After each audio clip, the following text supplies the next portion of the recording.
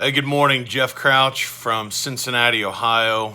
12-year-old UPSer, local 100. As you can tell, I'm not in uniform and not on company property. I'm at the Captain Crunch's corner cantina here at the Hacienda. Just got done down in another cup of coffee.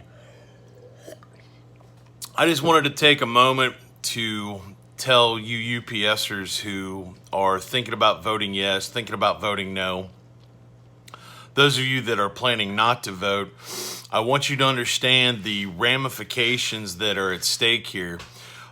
We are not just voting on a contract for us individually as Teamsters, as UPSers, but you are voting on a contract that will affect generations to come, that will set a precedent for people who are not even employees yet of UPS, who, for that matter, may not even be born yet. The concept of creating a two-tier wage system might sound good to someone who wants full-time work and is willing to work weekends, and I understand Amazon wants weekend delivery. I hear them. Their stock price is phenomenal. However, we as UPSers strive to work during the week so that we can earn for our weekends. That's what we work so hard for. I came off the street. I'm a street hire. I did not start on the sort, make my way to package car, and then into feeders. I walked into feeders back in 2006 with about 24 other drivers. A yes vote for this contract will tell UPS that it is okay to do the same job that we do now for less pay. And I don't know anyone that's willing to do the same job for less money.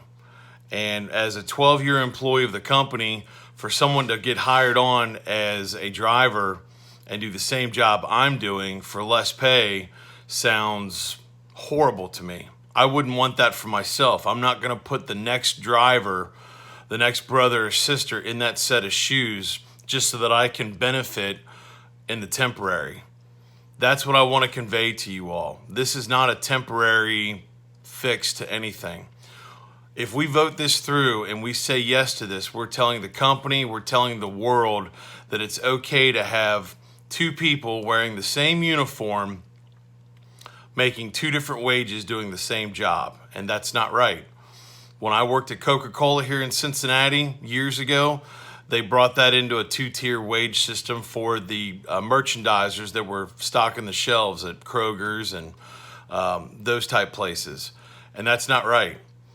Two employees doing the same job making two different wages, that's wrong.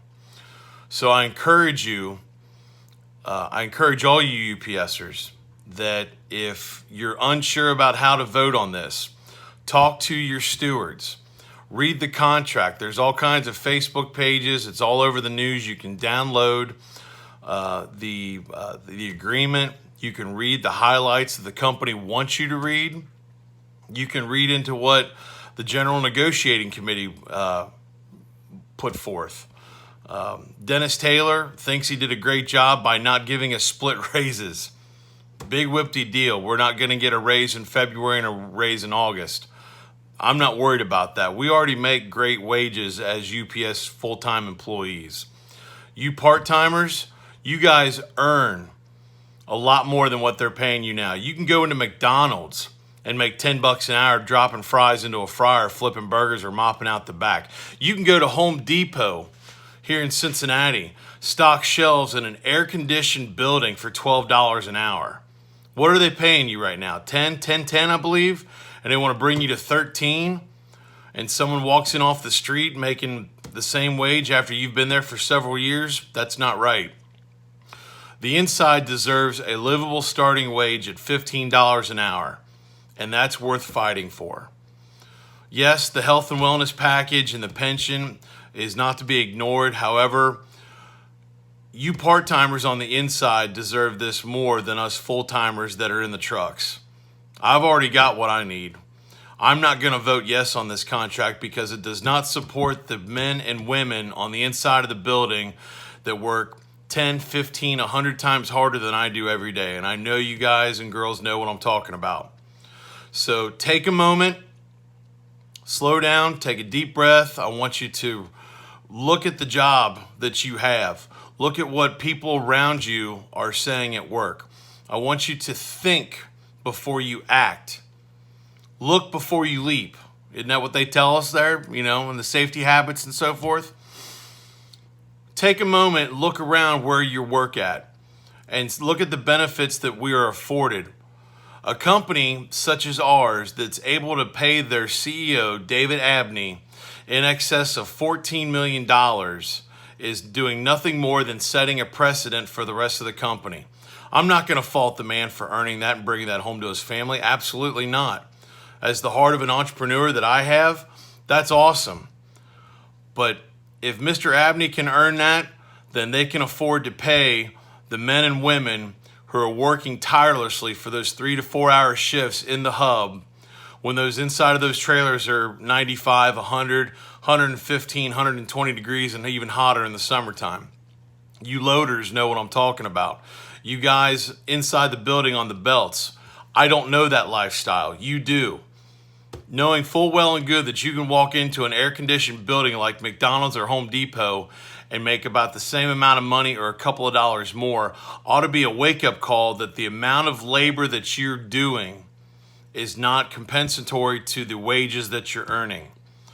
And my Local 100, they're mixed.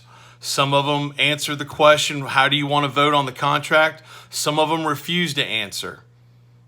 I think that's awful. The folks in Local 89 in Louisville, Kentucky at Worldport, you've seen them on Facebook, you've seen them on YouTube. Those guys, they recommended to their almost 12,000 members a vote no. Think about that.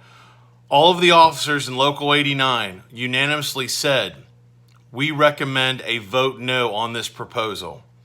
So if Local 89 in Louisville is telling you no, and I forget the number of the local up in New England that's telling you no, there's language in this contract that is out to benefit the company, not you.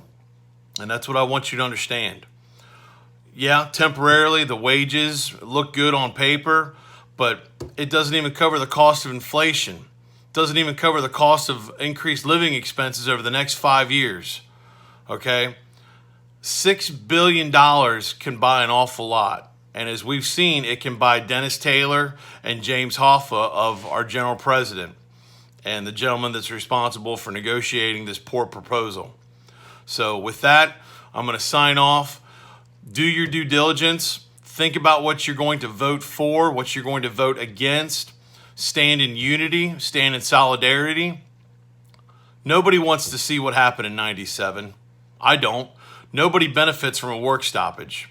I walked the picket lines with Pepsi Cola in 1996, and we got to meet Hoffa Jr. Came up with his goon squad and fed us hot dogs, hamburgers, and Cokes on the picket line here in Cincinnati. I've been there. It's no picnic. It's not fun because you don't know when your next payroll check's coming to feed your family, and that's why we all do the job we're doing. So, brothers and sisters, from one end of the country to the other and all points in between, stand firm, stand together. Talk to your coworkers, talk to your steward, get over to the hall, get over to your local union hall. Talk to your officers. You're the ones that put them in the positions that they are to represent us, we the membership. And sadly, here in Cincinnati, we have officers who refuse to answer simple questions of, do you support the contract? We had officers say, I don't support the 22.4 language, but I like other parts in the contract. And then we had some officers that refused to answer at all. So with that, I'm going to sign off. Hope you have a great week. Stay hydrated, and let's stand in solidarity, brothers and sisters.